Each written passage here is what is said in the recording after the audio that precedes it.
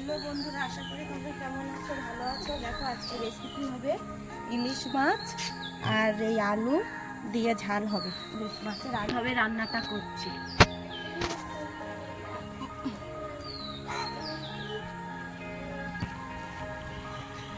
দেখো আমি মাছের হলুদ দিচ্ছি পরিমাণ মতন, উনুনটা এখানে ধরিয়েই দিয়েছি।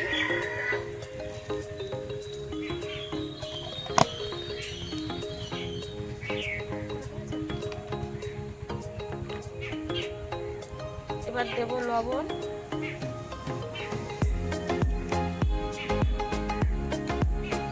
মাছটা এবার মিশিয়ে নেব।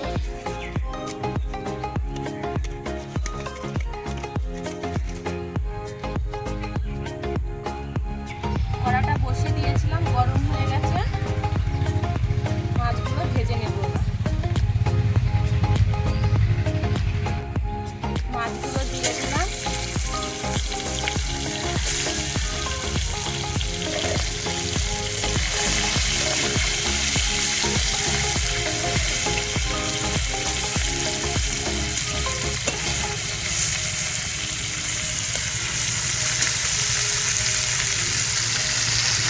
মাছগুলো ভেজে নেব ভালো করে।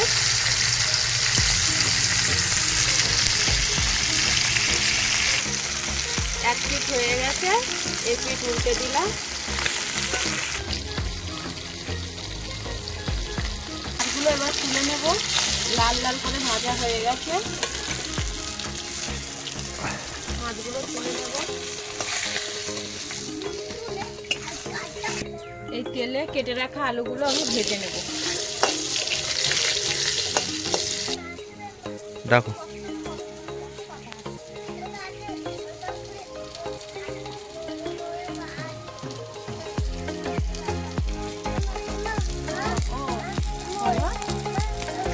আলুগুলো দেখো ভাজা হয়ে গেছে, আমি এবার তুলে নেব।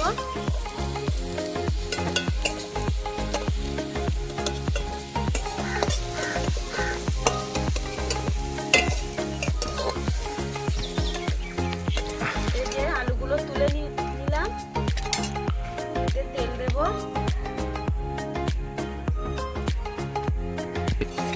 দেখো আমি সর্ষে আলু দিয়ে ইলিশ করবো বলে নিয়েছি লঙ্কা বাটা, সর্ষে বাটা, দুটো কাঁচা লঙ্কা চেরা, টমেটো কুচি আর ধনে পাতা কুচি। সর্ষেগুলো তেলে দিয়ে দেব, দিয়ে ভেজে নেব। দিয়ে দেবো কাঁচা এই শুকনো লঙ্কা বাটা,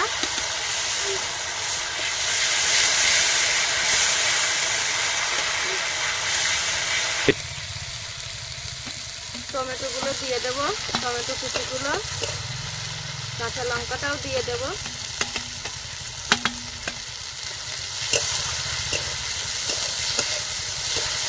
এই মশলা আমার ভাজা হয়ে গেছে।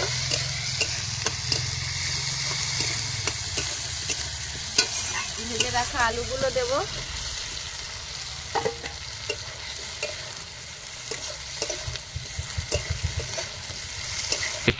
স্বাদ মতন লবণ,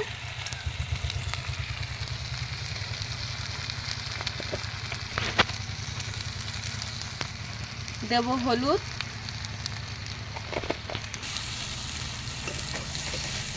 দিয়ে দেব জল।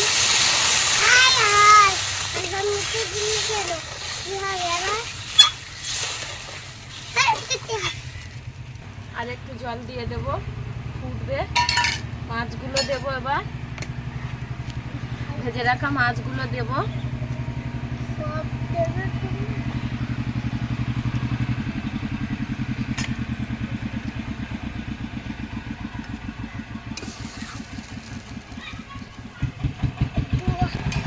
জল দেওয়া হয়ে গেছিল, মাছ দিয়ে দিয়েছিলাম। এবার আমি ঢেকে 5 মিনিট তরকারিটা ফুটা।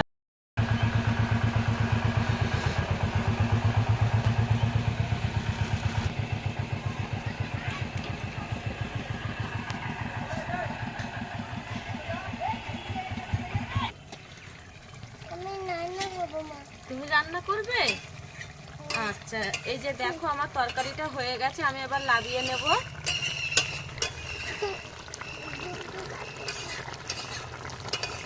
এগুলো এবার দিয়ে দেব। দিয়ে আমি লাবিয়ে নেব।